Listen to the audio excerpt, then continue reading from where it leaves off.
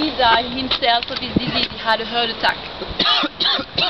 What's most of the time really moving the visitors when they know it is that in this cemetery we have 37 pairs of brothers who have been buried side by side.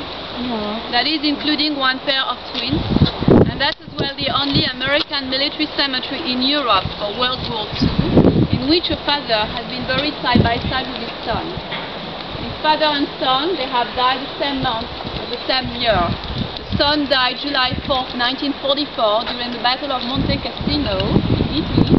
The dad died July 19th, 1944 during the Battle of Saint-Lô in Normandy. Every time a soldier was dying, the family was receiving a telegram of the Red Cross. And bad luck was that the mom got the telegram to tell her she had lost her son,